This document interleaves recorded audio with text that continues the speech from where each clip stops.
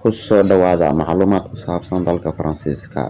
Faransiiska waa dal dhaca galbeedka qaaradda Yurub, wuxuuna xuduud la wadaagaa 7 dal oo kala ah Belgium, Germany, Switzerland, Italy, Spain, Luxembourg, Andorra. Sidoo kale wuxuu marin xuduudeed bad ah la wadaagaa waddanka UK, wuxuuna leeyahay jasiirado ka fog sida jasiiradda Saint Martin oo dhacda waqooyi bari ee badda Caribbean-ka oo qayb ka mid ah uu leeyahay. Dalkan ayaa dalxiiska uga jira qaybaha ugu horeeya ee dunida. Sidoo kale dalkan ayaa dalxiisayaasha ku soo jiita goobaha qadiimiga ah ee ku yaala. Dalkan Faransiiska ayaa ku fadhiya masaafo dhan 640,000 kiiloomitir, taasoo ka dhigaysa dalka 42aad ee ugu weyn dunida, ahna kan koowaad ee ugu baaxadda weyn Midowga Yurub. Tirakoob la sameeyay sanadkii la soo dhaafay bishii Oktoobar waxa uu muujinayaa in tirada dadka ay gaartay 16 milyan oo qof, waana waddanka labaad ee ugu dadka badan Midowga Yurub. Sidoo kale dalkan waxaa ku yaala 4 goobood oo waaweyn. Faransiisku waa dal horumarsan, waana dalka 7aad ee ugu dhaqaalaha badan dunida.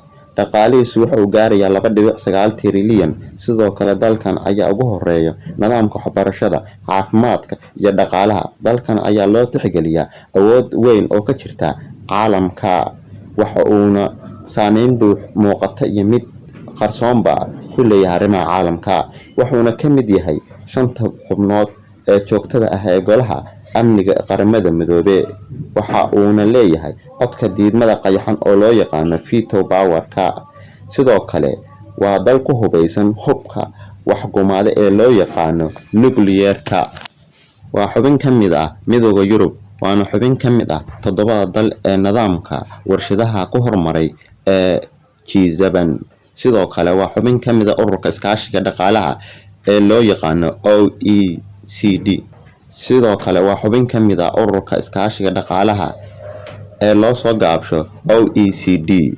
Magaalada waddanka ugu weyn waa Paris, ahna caasimadda waddanka, waxaana xarunta dhaqaalaha, aqoonta iyo dhaqanka ee dalka.